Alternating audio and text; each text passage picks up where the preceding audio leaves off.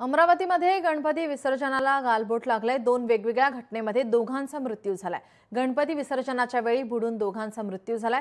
दर्यापूरच्या चंद्रभागा नदीमध्ये 32 वर्षीय तरुणीचा मृत्यू तर वाघोलीमध्ये 22 वर्षीय तरुणाचा पाय घसरून मृत्यू झालाय। अनंत चतुर्दशीच्या दिवशी आपल्या लाडक्या गणपती बाप्पाला निरोप देताना विसर्जनाला अमरावती जिल्ह्यात दोन वेगवेगळ्या घटनेत गालबोट लागलाय। नदीपात्रात बुडून दोघांचा मृत्यू झालाय। दर्यापूर शहरातील चंद्रभागा नदीपात्रात गणपती विसर्जनासाठी 32 वर्षीय तरुणी मुक्ता श्रीनाथ या तरुणीचा खोल पाण्यात गेल्याने मृत्यू झाला। तर दुसऱ्या घटनेमध्ये धामणगाव रेल्वे तालुक्यातील वाघोली येथे 22 वर्षीय युवक करण चव्हाण गणपती विसर्जनाच्या वेळी त्याचा पाय घसरला आणि तो पाण्यात पडला।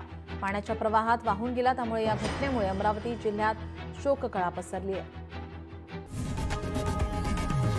लोकशाही मराठी ऐका, पहा, जागरूक रहा।